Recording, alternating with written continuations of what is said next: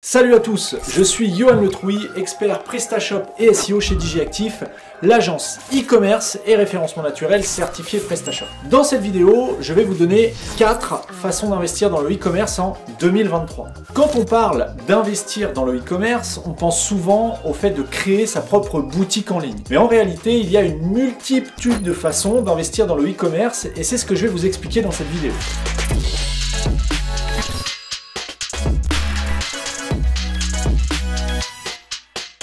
Première façon d'investir en e-commerce en 2023, vous pouvez financer le rachat d'un pure player avec un ou plusieurs associés. Si vous n'êtes pas familier avec le terme pure player, ça désigne dans le domaine du web marketing une entreprise qui exerce son activité commerciale sur Internet. En français, le terme est souvent remplacé par celui de tout en ligne. Bref, si vous financez tout ou partie du rachat d'une société ou d'un site e-commerce, vous pouvez tout à fait faire le choix d'accompagner cette acquisition sans forcément y travailler à temps plein. Tout ça dépend de l'accord que vous passerez avec vos associés.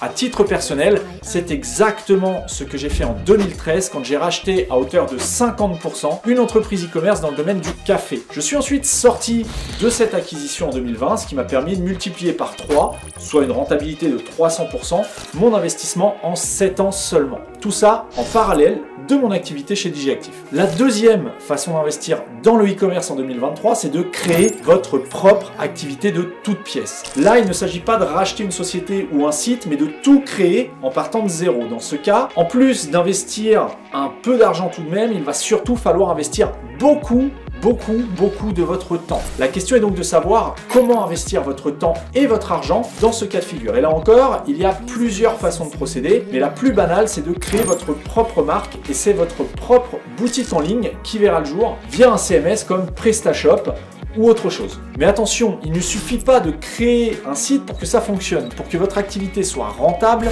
il va falloir investir beaucoup de votre temps d'une part, et d'autre part, concernant votre budget, n'investissez pas plus de 30% de celui-ci dans la création de votre site marchand. Les 70% restants devront être réservés pour votre stock, sauf si vous faites du dropshipping, et pour la visibilité de votre site. Ce que j'entends par visibilité, c'est toutes les actions marketing qui vont vous permettre d'attirer du monde sur votre boutique en ligne. La troisième façon d'investir en e-commerce en 2023, c'est de vendre des prestations en ligne. On sous-entend souvent que e-commerce rime avec vente de produits physiques. Mais vous pouvez également vendre vos services sur des plateformes du type coder.com, Fiverr ou encore upwork.com. Enfin, la quatrième façon d'investir dans le e-commerce en 2023, c'est d'acheter des actions de grandes entreprises de vente en ligne. Alors, je ne suis pas spécialiste du sujet et ce qui va suivre n'est absolument pas un conseil en investissement. Mais par exemple, vous pourriez acheter des actions chez Zalando, Amazon ou Shopify. Zalando, il faut savoir que c'est la référence de la mode en ligne